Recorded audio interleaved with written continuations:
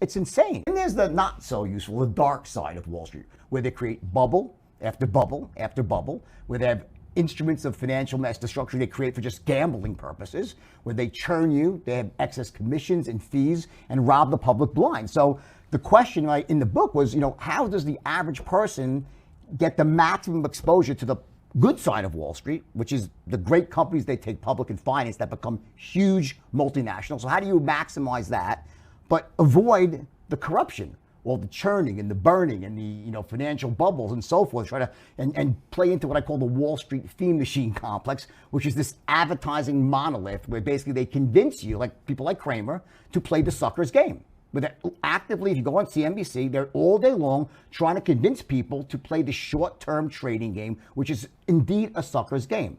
So you go into a casino, right? We spoke about Kerry Packer, right? Gambling, right? So they own casinos, the Packer family, right? So in a casino, you go in there knowing that the odds are against you by 5%, depending on what game you play. So the odds are against you, and the house will win over time, right? That's a legit casino. The odds are against you. But what if you go into a corrupt casino, where they have loaded dice and are dealing from the bottom of the deck? That's Wall Street. So now not only are the odds against you because it's hard to pick winning stocks, but there's people who have information that's more timely than you. They're trading ahead of you.